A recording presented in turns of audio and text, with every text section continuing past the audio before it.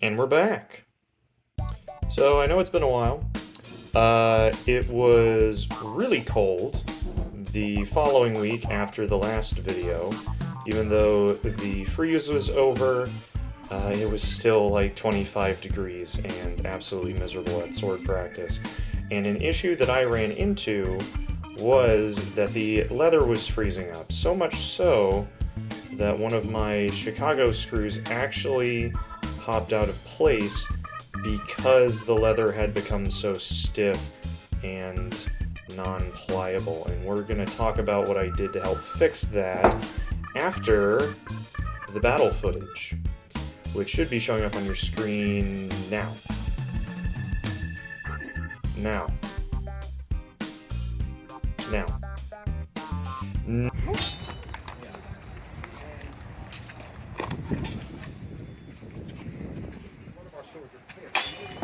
Oh, right in my nuts. You got me in the neck, I got your nuts. Yeah, I think we both would have been down. You killed me, but I made sure you'll never have any heirs to come after my family. Trying to force my way in. Yes, you may have won the battle, but you lost the war. They've won the battle, but Both people lost the war. lost the bloodline.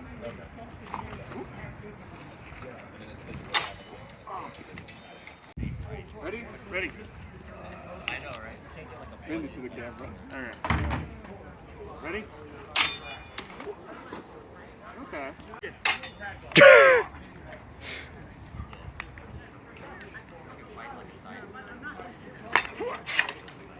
That was good. Nice.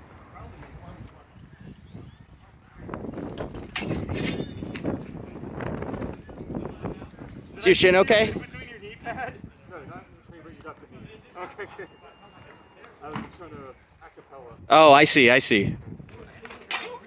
I got off of my jacket thing.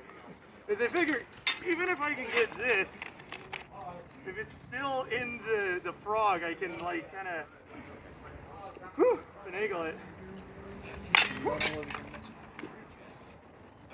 It actually feels really smooth going from there to like going into like an armor. Mm-hmm. What are you doing? What are you Definitely got my ass. Well, I do have more reach one-handing a stumpy longsword. True. You want to just come at me in goblin mode? Hey, you, brigand!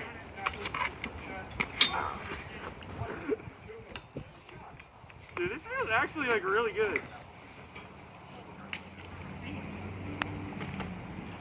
Hey, I'm walking here!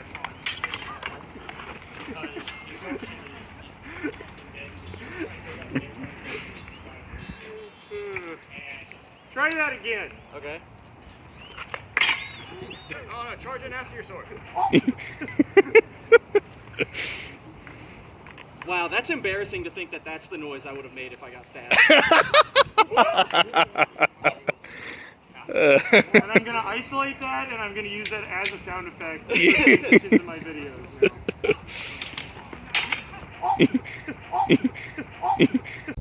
So one thing I was taking into account when I was dyeing this was that this is an alcohol-based dye, which during the video I mentioned makes it a lot more potent in its coloration. It seeps into the leather, it gets the color in deeper, and it's more durable. However, much like how alcohol dries out your skin, it also dries out the leather and makes it stiff and rigid. So, one thing that I did was add neat's foot oil. Basically, this helps, for lack of a better word, moisturize the leather, gives it back some of that pliability, and also helps waterproof it. And that really did help make this belt a lot more flexible, which helped with basic things like getting it around my waist to actually wear it in combat. I am going to be applying a little bit more of this today, but I also am going to try something that I haven't done before, which is adding beeswax. So as luck would have it, there's actually a leather goods store called Tandy's, like 3 blocks down the road from where I work. So they have everything I could possibly want or need for these leatherworking videos. I went in there wide-eyed, just filled with ideas, but I knew I had to keep it basic, had to keep it simple, couldn't bite off more than I could chew. So I just bought some beeswax to add another layer of weather protection onto my belt.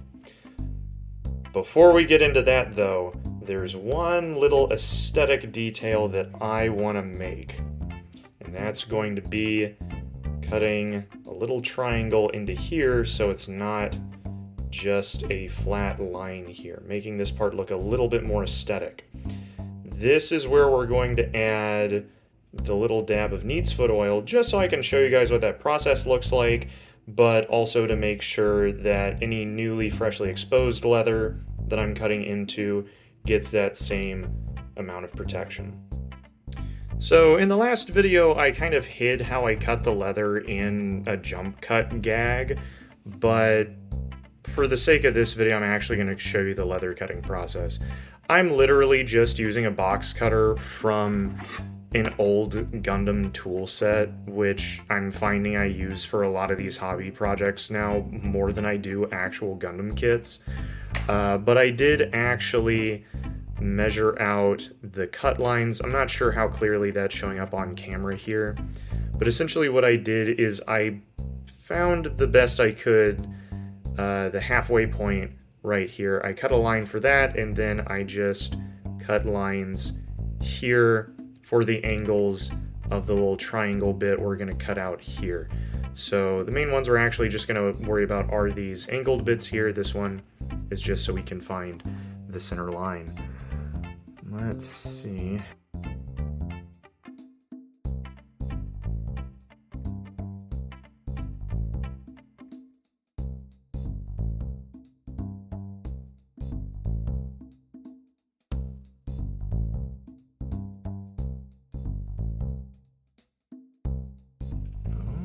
Yeah, there we go. All right. That is a little rough, but looks pretty good. And as we can see, let's see if I can get that show up on camera. It's not quite as dark in the inner layer.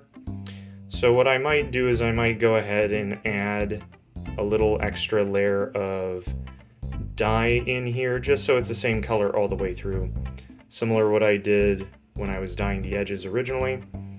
And then I'll apply the neat's foot oil. And then once that dries, we'll add our beeswax. And we're back in the hobby box.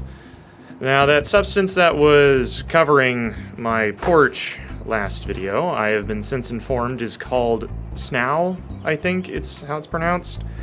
Apparently it usually forms more up north, but you know, last time was a bit of a fluke. It is still really chilly out here though. So we're just gonna dab a very small amount here. As you can see, we do not need a lot to darken the edges in here, and it's even seeping into the back, if you can see that part right there. And fortunately, that should dry off pretty quick, which means we can cover the rest of this in neat's foot oil while that's drying.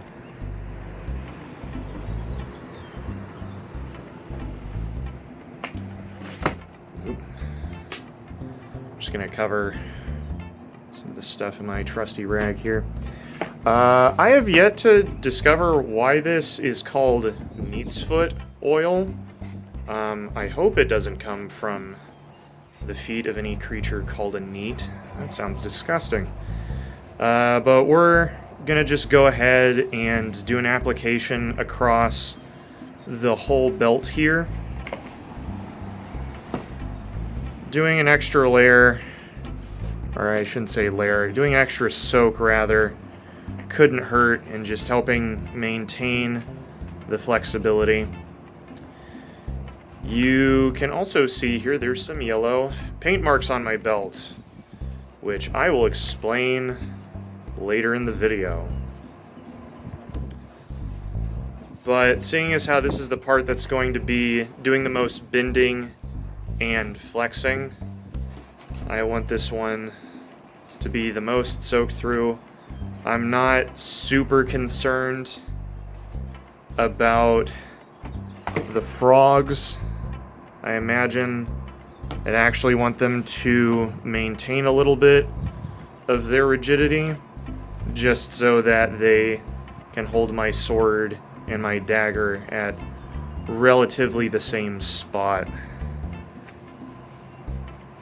Let's see. There we go. And that part's already dried. Just get a little dab in there, a little dab in there. And we should be good.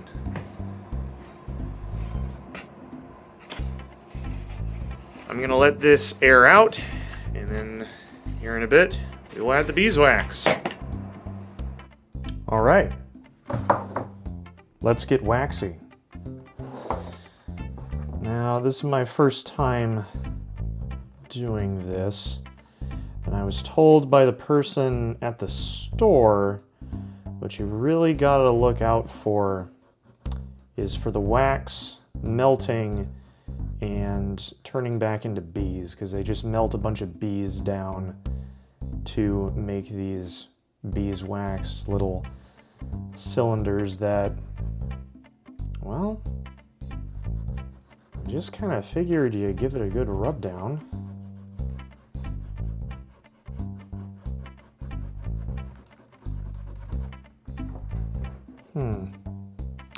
That is adding a waxy layer to it.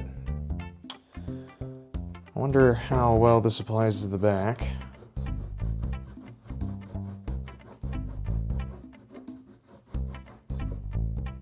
Not much difference in texture, but definitely on the smooth part here. That's very interesting. Well, time to do the whole thing.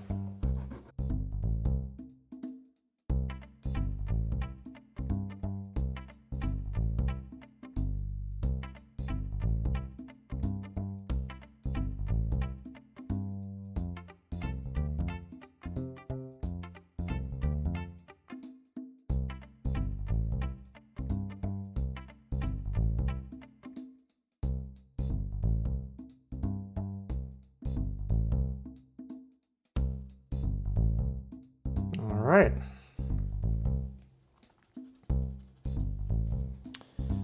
And there we go. As we can see, that beeswax does leave a shinier texture on here. I could probably stand to do the sides. I'm not sure about the back here though, because of this kind of rougher, untreated material that it's made out of. I'm not sure. Well, it does kind of have more of that waxy texture. But I will probably do this off camera. At the very least, I think this side is more important to get that wax layer on, because this one's going to be out and exposed to the elements. I'm actually very curious if the wax layer could have done something about preventing these yellow splotches, which, in case you were wondering,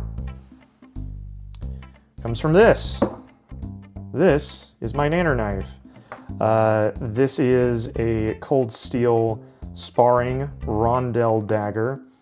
Originally, these daggers were made for punching through chainmail, but the modern rubber versions are a really good, cheap way of practicing those fighting techniques. But over the winter break, my dagger got bent to where it has this curve in it, so I thought it'd be really funny to paint it yellow like a banana. And it leaves streaks on my leather and on my friend's armor. So that's it for the belt video.